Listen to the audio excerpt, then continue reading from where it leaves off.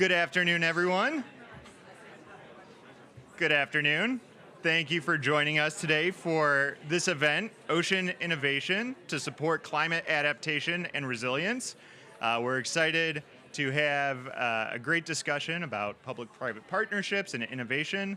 And to kick things off, it's my pleasure to introduce Dr. Rick Spinrad, Undersecretary of Commerce for Oceans and Atmosphere and NOAA Administrator. Dr. Spinrad.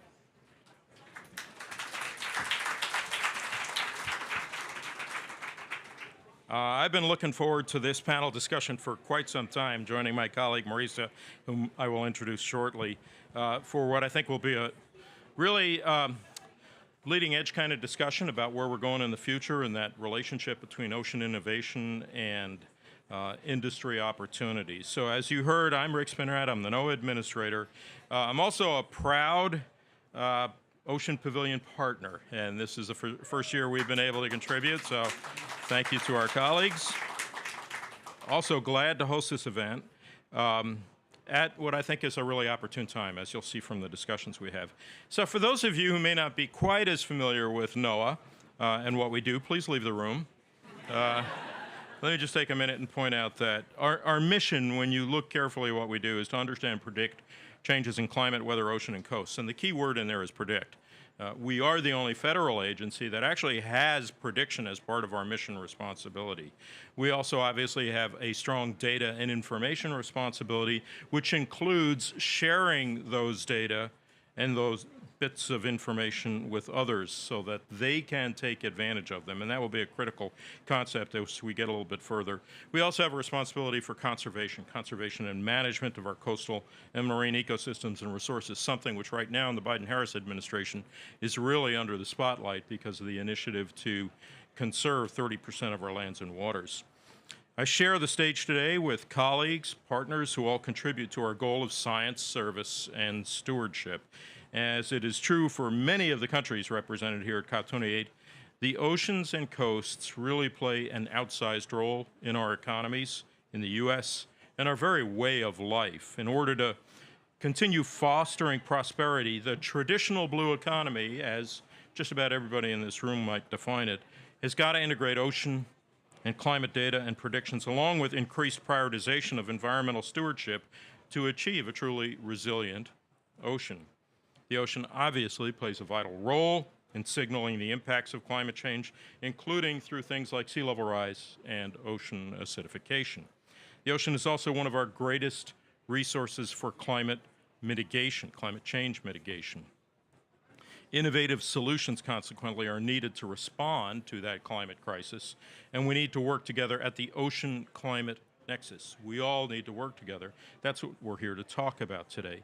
At NOAA, we see a new blue economy as well, a knowledge-based economy looking to the sea not just for the extraction of material goods, but for data and information to support forecasting and understanding, to address societal challenges, and to inspire their solutions. With the extraordinary pace of rapid change in technology, including what I expect some of my fellow panelists will discuss here today, the observations and information that power the blue economy can evolve to inform our understanding of the changing climate and the ocean on Earth. We need that understanding to enhance our forecasting and prediction capabilities, especially in the ocean.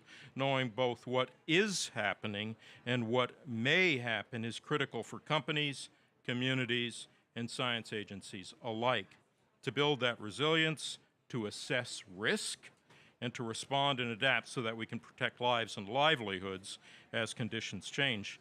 For example, enhanced knowledge from public and private ocean and atmospheric observations allows companies to make real-time decisions on optimal ship routing, on cargo loading, on hazard avoidance, and to use a better understanding in the environment in order to make longer-term decisions on things like insurance and risk. Increased access to information also helps us better protect citizens from ocean-related public health threats, including harmful algal blooms, chemical pollutants, other algal toxins, and from challenges ranging from coastal flooding to extreme heat. As climate change impacts increase, our understanding and improved ability to predict climate pacts will be even more essential. Federal government agencies like NOAA play a crucial role supporting national and global adaptation and resilience, including by producing public climate, ocean, weather, and environmental data and forecasts, and by communicating those to the public.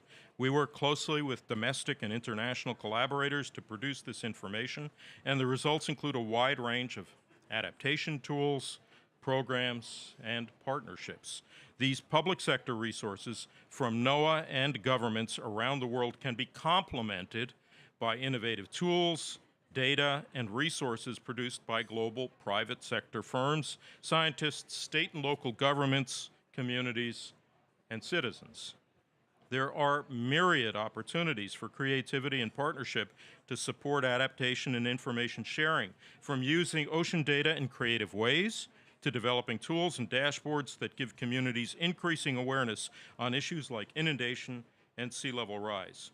Ocean and climate data and information are also critical to inform investments and reduce risk.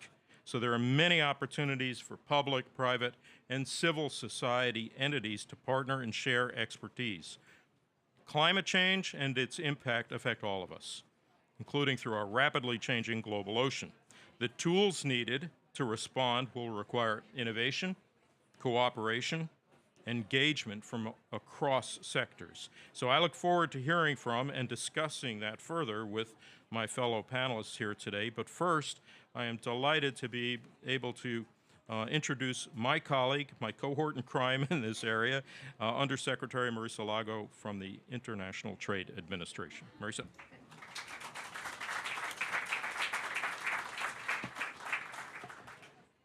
So I have to admit to being a little bit intimidated to sharing the stage with this incredible panel of ocean scientists and industry experts, because the last time I studied science was when I got my Bachelor of Science in Physics in 1977. But I remain a STEM girl at heart, and I just can't underscore enough how much I respect, appreciate, admire the work that you do every day. So in my current role, I lead the Department of Commerce's International Trade Administration, or ITA for short. We are an agency of over 2,300 experts in trade, commercial advocacy, industry analysis, and trade enforcement. My team is spread across 100 locations in the U.S. and over 80 international markets, including in Dubai and in Abu Dhabi. So our mission at ITA is simple: to enhance the competitiveness of U.S. businesses and workers. And that includes the 85% of our clients that are micro, small, and medium-sized enterprises.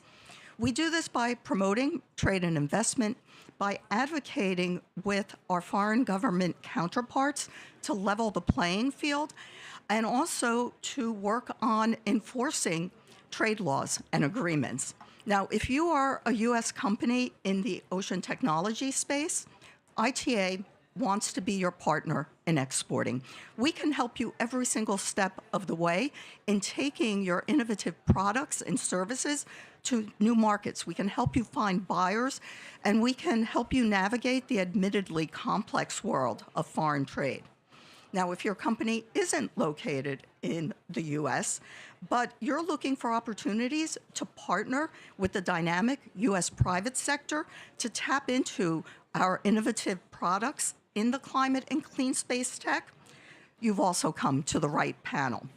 I would guess that just about everyone in this room would agree that addressing climate change is a societal and ethical imperative.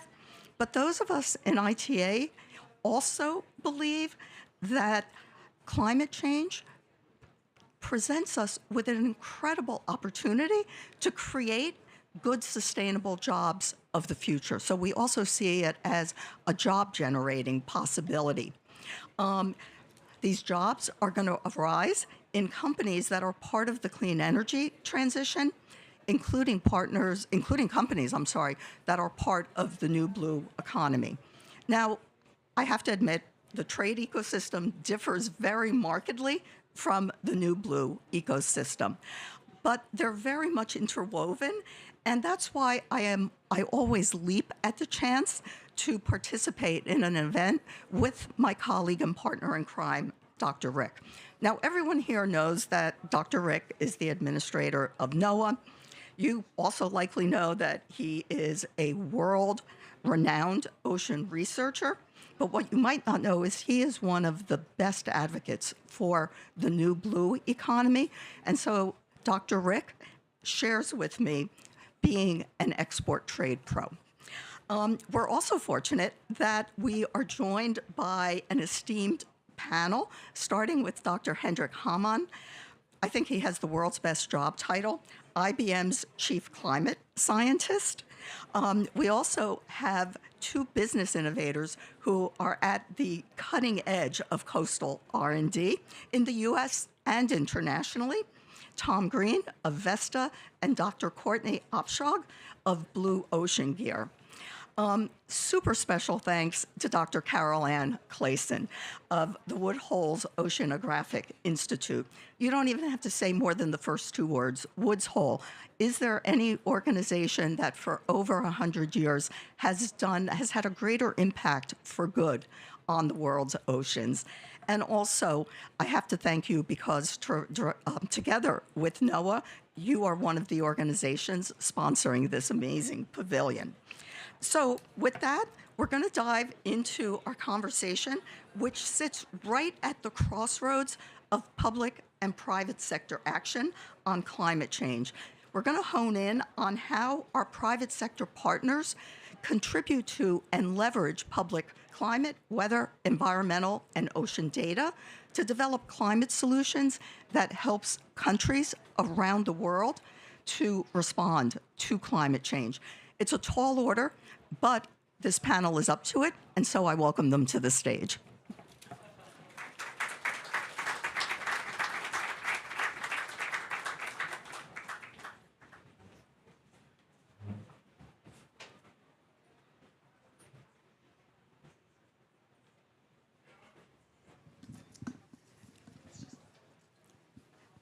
Okay, so we're going to start with a framing question for each panelist, except for Dr. Rick, because he just gave us an overview. And what we'd like to do is find out what is your organization doing to support ocean innovation and climate adaptation and resilience, and hone in on the particular global problem that you're trying to address. Now, I'm sure all of you could do this for hours. The challenge that we have with this panel is time, and so 3 minutes each with a softball question. Starting with you, Dr. Courtney. Great. Thank you so much for having me here today. Courtney Opshog with Blue Ocean Gear.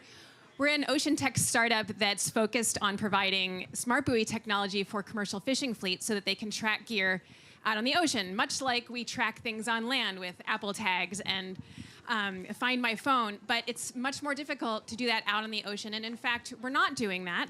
And so, so much fishing gear is lost that it's the single largest contributor to ocean plastics. About 700,000 metric tons of fishing gear is lost in our oceans around the globe every year. So by providing the fishing fleets with tracking and sensor technology on their gear itself, we can give the fleets a superpower to know where their gear is at all times, get alerts if something anomalous has happened, and we can prevent gear loss that leads to subsequent ghost fishing. We can also help reduce greenhouse gases by reducing the fuel use that they're spending, which would otherwise be spent wasted time searching for gear in challenging conditions out on the ocean. So we're basically trying to transform the fishing industry by taking technology that's been developed in other fields and helping the fishing industry become more sustainable. Thank you. As mentioned, I'm Caroline Clayson from the Woodhull Oceanographic Institution, and we are the world's largest nonprofit dedicated towards ocean research. At any given time, we have about 800 different projects ongoing, so it's difficult to say exactly which area of ocean and climate we are not addressing would be an easier way to look at it. I'm just going to talk here briefly about some of the new initiatives that we have at Woods Hole, which is where we look at our 93 years of ocean experience and study and say, we've been doing this as a group of scientists and engineers going out looking at the ocean on all of these different projects. What we need to do is we need to transform ourselves into working more with private industry. And some of the ways that we have done that are two main ones that I'll mention here briefly. We've put together the Ocean and Climate Innovation Accelerator, which is working with large industry and thinking about how can we move ourselves from thinking the way that we like to think. I'm also a scientist there, I'm a senior scientist there, from what is it that I need to solve this problem, and to solve it for myself and to get an answer out there, and to start saying to ourselves, how are we going to make our work go from the lab to market? How are we going to start thinking about scaling, which we don't often think about as we do our own individual projects? How are we going to think about that innovation that we do, but innovating in a way that it becomes accessible and can be translated to industry? Another project that we have, or another program that we have ongoing, is with a venture capital fund, Propeller.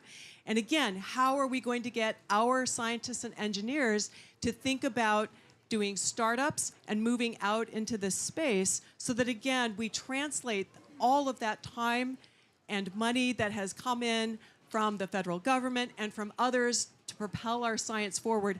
How are we going to move that out into new ways, into helping climate resilience generally? Tom Green from Vesta. So the problems that we are trying to solve, one is the excess of carbon dioxide in the atmosphere, and the other is coastal erosion. So what we are researching is a technique that we call coastal carbon capture. It is a form of ocean alkalinity enhancement. It involves deploying sand made from the natural mineral olivine in coastal systems to add much needed sediment to eroding coastal systems. That sand then also dissolves in the seawater, causing an increase in alkalinity and the removal of carbon dioxide. Scientists have been calling for the first field trials of this technique for many years. We did the first ever field trial last year. We launched that, and we've been measuring it ever since. And so really kind of bringing the idea of the energy and mission-driven approach of private industry to climate solution research. Our mission is to understand the safety profile and the effectiveness of this solution, so we can really understand the costs, the risks, and the benefits. And if all of that looks good, then bring the solution to scale in a financially sustainable way. Yeah, hi, Hendrik Hamann. I'm from IBM Research. I'm the Chief Science Officer for Climate and Sustainability.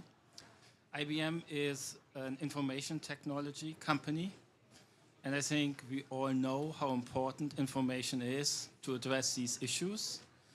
So that boils down for us to do two main things. We're developing new computational systems. That is hardware, software, middleware, it is models, etc.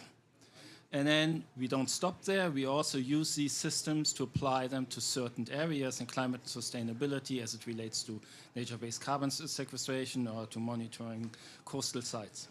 Thank you. Thank you very much. What I think is interesting is data. Information came up in all of your comments. I'd want to drill down a little bit further, and in particular, Caroline and Tom, you both spoke about scaling up. And so I would invite first you, Rick, and then Hendrik, and then Courtney, to follow up on this, the use of data and information and scaling up. So, Rick. Thank you. Yeah, I think the use of data, I would call it environmental intelligence, actually, is at the heart of what we're talking about here. So it's being able to not just scale up, but scale sideways, in the sense that we now have the capability of acquiring a much more diverse category of data and information than we might have in the past. As we're talking about marine carbon dioxide removal, for example, that's a discussion that we weren't having 20 years ago. So the data that are required to understand where, when, and how to do that, the decision support tools, are much more diverse than they were in the past. Yeah, so I like to distinguish always between data and information, because in between we have, of course, the models. And I see it almost like a flywheel, because Could you put your microphone a little bit closer? Information going to turn into data, and so it is a flywheel. And now we have the emergence of AI and these types of technologies, which of course use a lot of the data which we get from the digitization. Now AI is exactly what we need for scale. It will make that flywheel accelerate. So AI, in my mind, is really, especially the latest advances in AI, is really the key technology for scaling, horizontally, upscaling, downscaling, but then also to accelerate discovering how our oceans work. I think when it comes to scaling, one of the challenges is that the data that we need for climate research, the areas that are hardest hit are often in areas that are difficult to get to, challenging conditions to maintain sensors in, or maybe don't have the available resources. We actually have a NOAA SBIR grant to use fishing gear in the northern Bering Sea and provide the sea surface temperature information to the National Weather Service so that they can help improve some of their models. But I think when you talk about scaling up from there, I think it's really a collaborative effort. I think we need sensing from the ocean surface, from underneath the ocean, from aerial and satellite surveys. So I think we need to see more collaborative efforts in order to be able to scale our sensors appropriately. And Tom and Carol Ann, would you want to say more on the scaling up? If you would take the other microphone. Oh, sorry. Go ahead. You've got that. Oh, fine. Yes, just to say that part of when I was talking about scaling up with the data is thinking about scaling up. How would we make observational systems that we can scale? So how can we make, instead of one boutique kind of the best measurement around at a some fairly high cost, how are we going to make those in the thousands for very little? So when I think about scaling up, and that's particularly where I think having the connections with industry is very useful, because if you start at the beginning as you're thinking about making a measurement or doing something new, and you're talking with industry and they're saying, this is how we mass produce, this is what we think of when we think of making something that we're going to want to make thousands of. Right? It's sort of a new direction for us to be thinking about in terms of how we're scaling it up. And that then plays into data, because if you have thousands of something to make those measurements, that's very different than if you have one of them to make those measurements. I was going to say pretty much the same thing, actually. So, thank you. Yeah. Yeah, I mean, as we think about the work that we do, the pilot deployment that we did was small, and the hardware that we built to measure that deployment is pretty homemade at this point. And so what our vision is to build more automated sensors, be able to monitor larger areas of the ocean, and to work in collaboration with NOAA and with other public sector actors, and with our private industry partners as well, to figure out the best ways to do that. And I hope that those sensors and that equipment will then be able to be used for all sorts of different solutions, and really provide data for multiple purposes. Well, Carol Ann used an important term, connections with industry. And given the nature of this panel, I'd invite each of the panelists to talk about the role of partnerships in the work that you do. But let's define partnerships broadly. Public-private, of course, but also partnerships among governments, and with academia, which is an indispensable partner. Tom, since you have the microphone, why don't you start? Sure.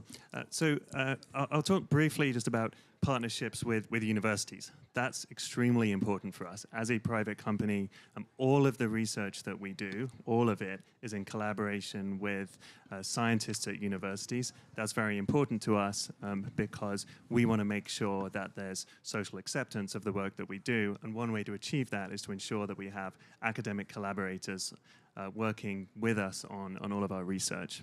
That's on the academic side. On the public-private side, I would give maybe a couple of examples. You look at things like the history of the solar industry, direct air capture. What we've seen is significant public investment through subsidies and grant programs that have catalyzed an incredible amount of private capital going into companies that then develop solutions which then scale and the cost comes down and they become economically self-sustaining. And so we're starting to see that happening in marine CDR. The Department of Energy recently announced some grants coming up for marine CDR. And so I think following that playbook is a really powerful way for us to bring these new solutions to market. Hendrik, if we can turn it over to you, because given the scale of IBM, I would expect that you have partnerships globally. Yeah, we have partnerships globally. We strongly believe in partnerships. We actually announced 2 days ago a very large alliance with 60 for AI to make AI more trustworthy, with 60 organizations, academia, governmental organizations, companies. Partnerships very much at the core of what we do. We, of course, value in particular public-private partnership. To say maybe something a little more provocative is, of course, partnerships is essential, but there's this saying, right, if you want to walk fast, you walk alone, and if you want to walk far, you walk together. Of course, we want to do both. That's the trouble. And so I think it is really critical for all of us to see how we can accelerate partnerships. Great observation. Caroline, when people think of Woods Hole, I think many people would think, is it an academic institution? Is it a nonprofit? Yes. I am thinking of something, though, that I just found out a few moments ago. There are two of us on this on the stage, at least, who have PhDs in aerospace engineering, right? Wow. So that's kind of an interesting way. The reason I mention that is because my experience as a graduate student in aerospace engineering was a very heavily company partnership, right? We had companies coming in who were giving ideas and that were contributing and that students would go to with their doing their senior design, and it was a very collaborative kind of experience. And I find that to be a little less true in oceanography, that there's that very strong collaboration with industry as you're doing, say, your graduate work and so forth, that it seems to be a different kind of culture, and we could probably talk about why it's different. But that is certainly something that, as both a nonprofit and as an educational institution who is also working on solutions for climate issues, thinking about how perhaps to bring in some of that type of experience that I had as a graduate student, where companies were very closely related to the kinds of problems that you addressed, that, you know, the resources that you had, maybe you would visit and spend time at those companies. And I think that could be that's something that we haven't really done as much of, I think, in the ocean space as we could have. So it's over to our second PhD in aeronautical engineering.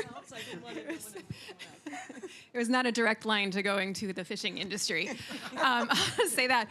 But I find that for us, public-private partnerships have been incredibly valuable and beneficial. We've worked very closely with NOAA's Northeast Fisheries Science Center, as well as the Canadian Department of Fisheries and Oceans, to tackle and mitigate whale entanglement impacts on in fishing gear.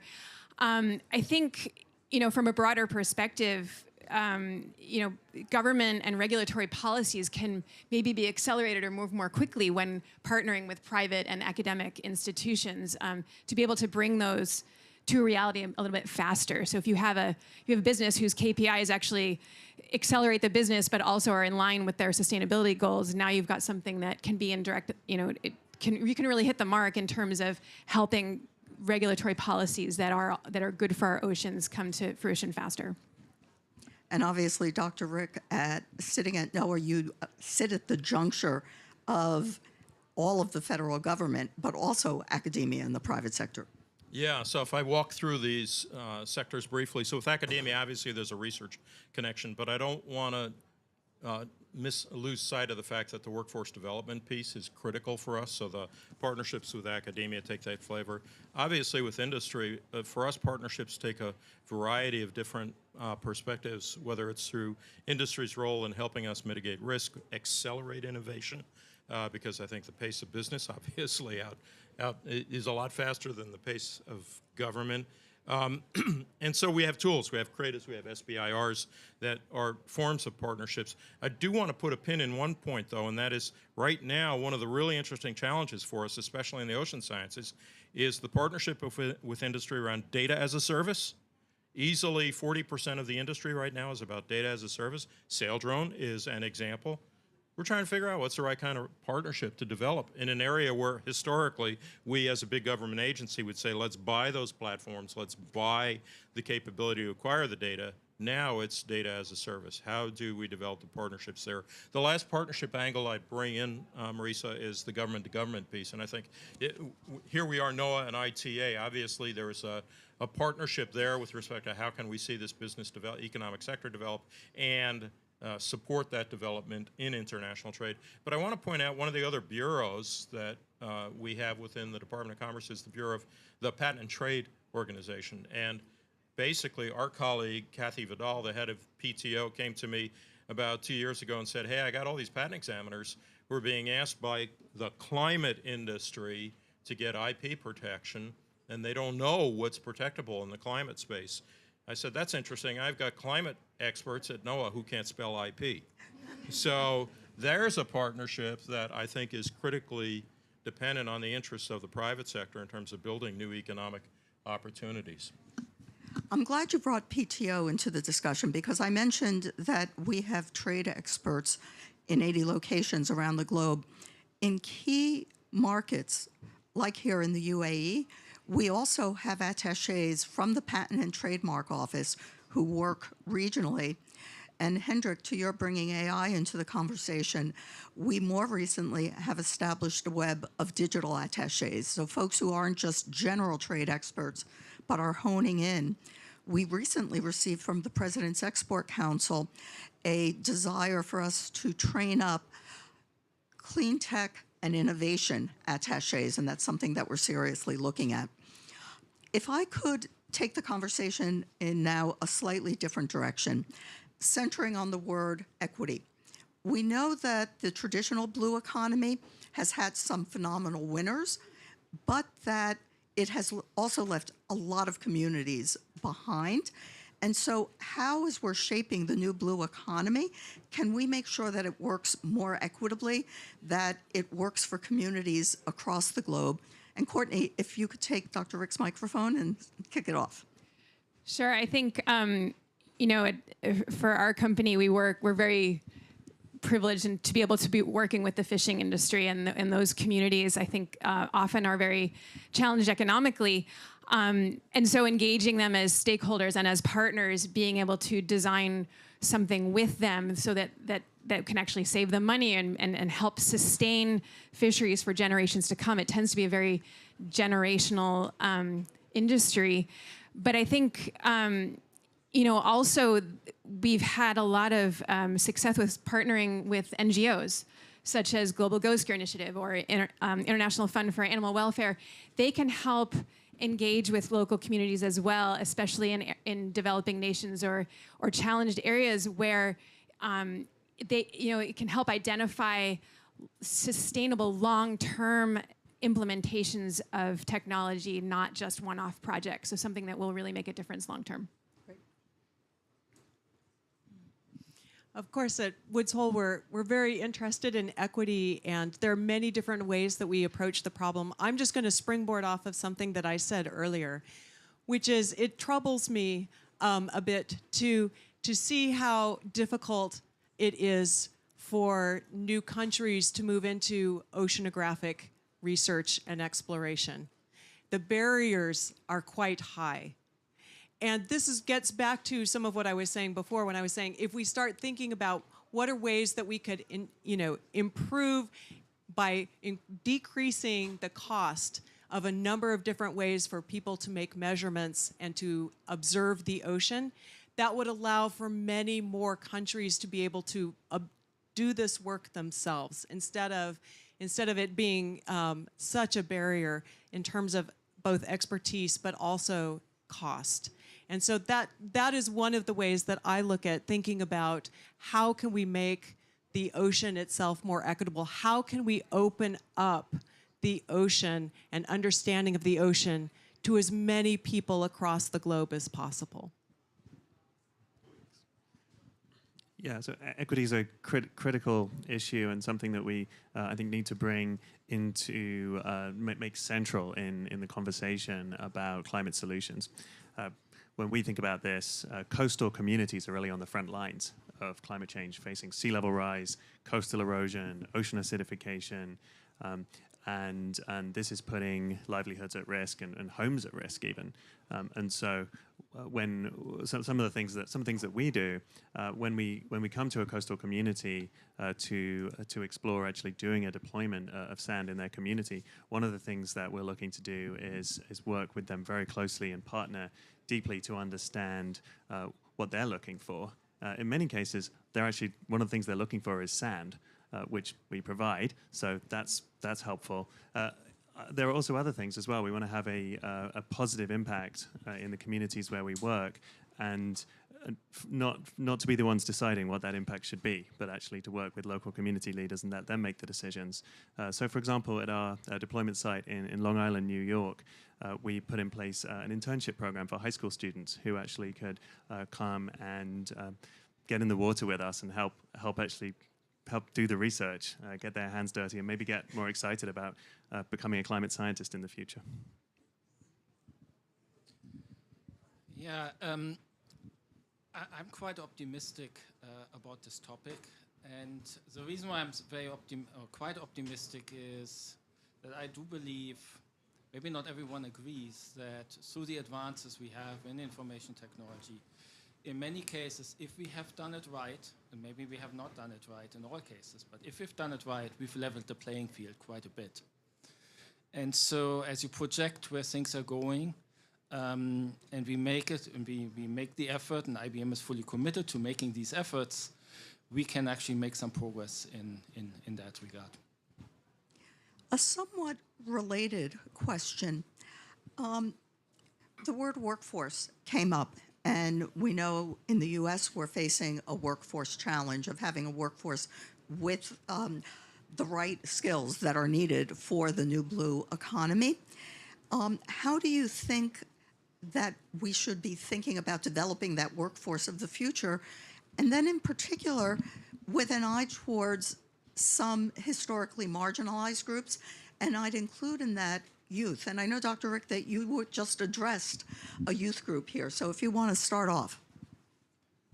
Yeah, thank you. The workforce, first of all, this is a non-trivial problem in that the assumption that we will have people who understand both the social dynamics of environmental justice as well as the physical and biogeochemical dynamics of climate models is a real challenge. And I would say the way I express that challenge is also part of the solution. We have to rethink the educational system. And there have been some very innovative approaches at places like University of Alaska, University of Rhode Island, looking at things like blue MBAs.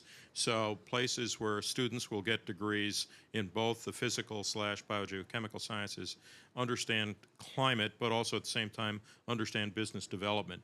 Folding into that the issues of equity is, I would say, embraced in how the curriculum is developed. So if you want to study new tools for managing sea level rise, part of that is going to be understanding of the challenges of some of the most impacted communities before you build out the curriculum. But it's that combination of the formal education as well as reaching out and understanding the requirements for environmental justice. And I'll put in a plug that one of the things that we're trying to do with the Inflation Reduction Act is put in about $60 million toward a climate-ready workforce objective along those lines.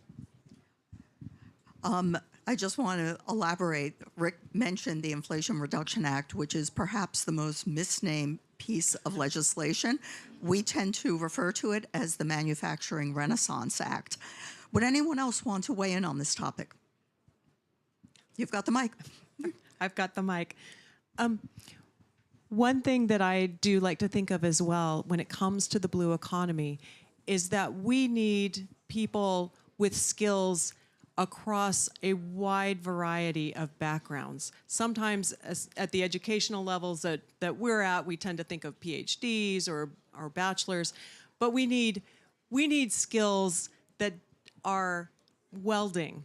We need skills of people who can go put things into the ocean. There are so many skills that we need that could start very far back into the high school and junior high school era, right? This is not just something that we should think about in sort of isolation in a PhD program or other programs, but we should be really thinking about the whole gamut of K-12 education and where we're getting people practical experience that we're going to need. To go to the ocean requires a vast background of expertise. And we need people with expertise all across that. And I don't know that we're doing a great job in the United States of getting all of that types of expertise and valuing all of that type of expertise that we're going to need to really power some of the things that we're talking about with the blue economy. I'll just very briefly add a slightly different point. I think there's an important role to play for inspiration. You know, when a child gets in the ocean and sees something beautiful, then they can be motivated for the rest of their life to want to protect it.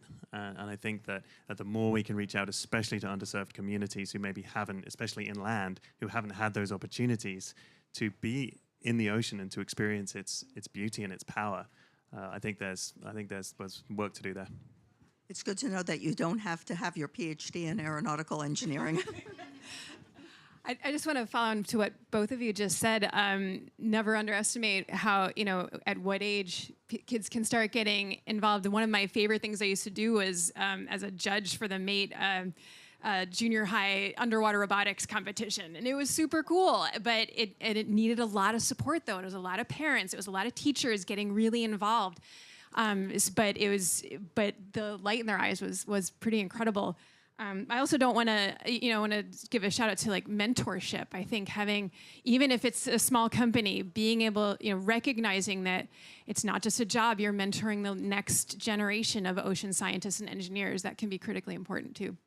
And Hendrik, you operate as IBM at a huge scale, so I assume that you have lots of different workforce development programs. Yeah, that is right. And I wanted to add to this discussion, it's exactly what you said. It, of course, doesn't stop at college, right? And that's really, really important that you create that basis, sure, in your education, but that you continue to learn, right? And that the employers are also willing to support that learning.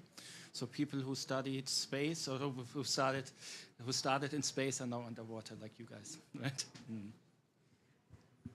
Okay, so a final question, and because the panel has just, I so admire the way you convey so much information crisply, we have time now for a final question, which is, where would you hope to see the global market for ocean and climate solutions?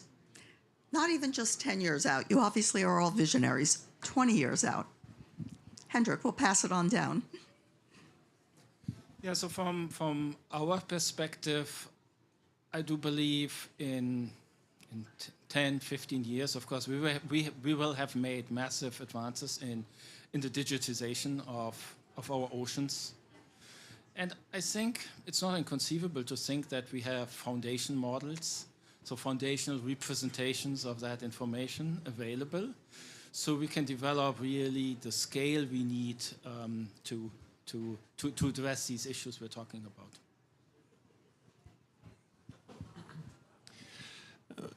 Working in the carbon dioxide removal industry, when we look at investment in carbon removal, 99% of that has gone to terrestrial approaches, 1% has gone to ocean approaches. And here we are sitting on land. I think we have a terrestrial bias, and what we need to do is promote the role of the oceans more, invest more in the oceans, have the ocean pavilion not be at the very, very end of COP. Am I right? And I think one thing that can really enable a vision where the oceans are more central and ocean climate solutions are more central to the conversation is actually the role of regulation. So the government, I think, international collaborations between governments and national governments have a big role to play in ensuring that regulation supports responsible research and scaling. And I think that's a big challenge that we face today. Thinking about recent news coming out of the International Maritime Organization that seeks to restrict the kind of research that we're looking to do, and that the Department of Energy and other agencies in the US are looking to fund. So I see a future where we have a much more holistic approach to regulating and advancing these kind of solutions. And I think that can get us to a point where we'll have a healthy ocean climate nexus. I agree with both of those. I think, again, I would just say that I am anticipating that we will continue to figure out this partnership between government, academia, and private industry in our field so that we really can begin to unlock some of the innovation that sits in each of these areas and get them to work together and in the ways that they are each best suited to work forward. So that in education, we're using the way that we educate and the way that we do our research that benefits the private industry, that gets the right workforce out, that helps to progress along some of the larger scale government goals that can only be undertaken by a very large organization putting some thought and effort and time into what those long-term plans are. I think I'm going to continue the theme of collaboration. I think the ocean is what connects us all.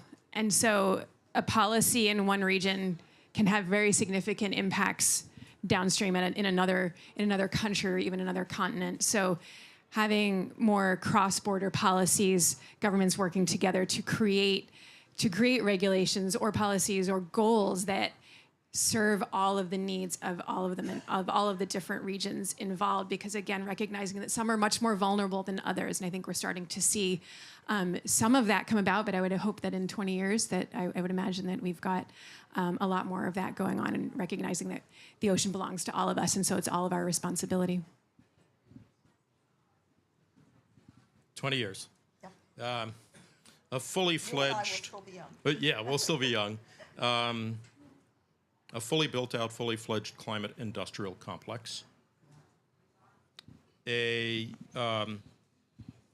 United States as a climate ready nation, and a vibrant $100 billion new blue economy. Talk about vision and inspiration. I have to say, I could be learning from you for another hour. You, Tom, spoke about inspiration and the dream, and it takes me back to being in law school and taking a class on the law of the sea and opening up my eyes to the fact that it wasn't about learning the U.S. system of laws and regulations, and the fact that some of the issues that we were grappling with, this is back in the very early 80s, still remain there today. I do think we have better tools today, we're better positioned, but the need to address this ownership of the oceans as a public good, not just a national issue, remains every bit as present. Before turning it over to Rick for closing comments, could we have a round of applause for this amazing panel?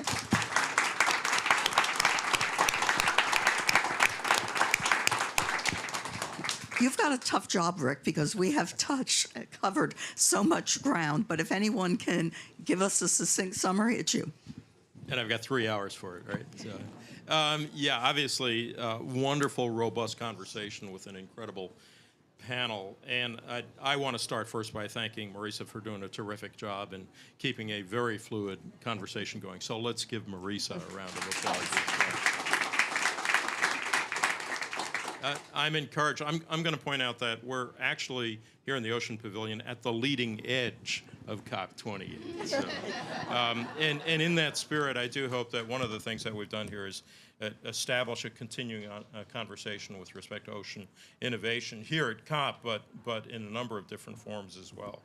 I heard a number of important elements in the discussion, as I'm sure everybody in the audience did, but what struck me was diversity. That is to say, diversity in the sense of the kinds of tools, whether it's in addressing marine carbon dioxide removal or in approaches that we're taking in new kinds of partnerships, the role of venture capital, the use of accelerators, the potential for things like industry proving grounds. The other thing that became abundantly evident was this audience needs no convincing of the value of environmental intelligence, of ocean data, and of the role it plays in decision support. The question, of course, is how do we get a group that's not as aware or interested in the ocean issues to feel the same way about that valuation proposition? And I think that's on all of us to do. So obviously, innovative solutions are going to be needed to respond to the climate crisis. I believe this concept of the new blue economy and a climate economy can help to do that. I'm also very encouraged by some of the great thoughts we had with respect to partnerships. The sky's the limit. I think we have enough flexibility on the industry side, in academia, and in government, and in non-governmental organizations to try new and different things. And as just one representative of one government agency, I'll tell you, I think a lot of us in government are keen to try to do many different things. So test us, push the limits, I would say. So with that, I'll commit on behalf of NOAA to keeping this dialogue going. I want to thank the other Ocean Pavilion sponsors for providing this venue, and just say, let's carry on. Let's keep the discussion going. Let's make sure ocean innovation is part of every COP dialogue in the future. Thank you all. Can we do a photo?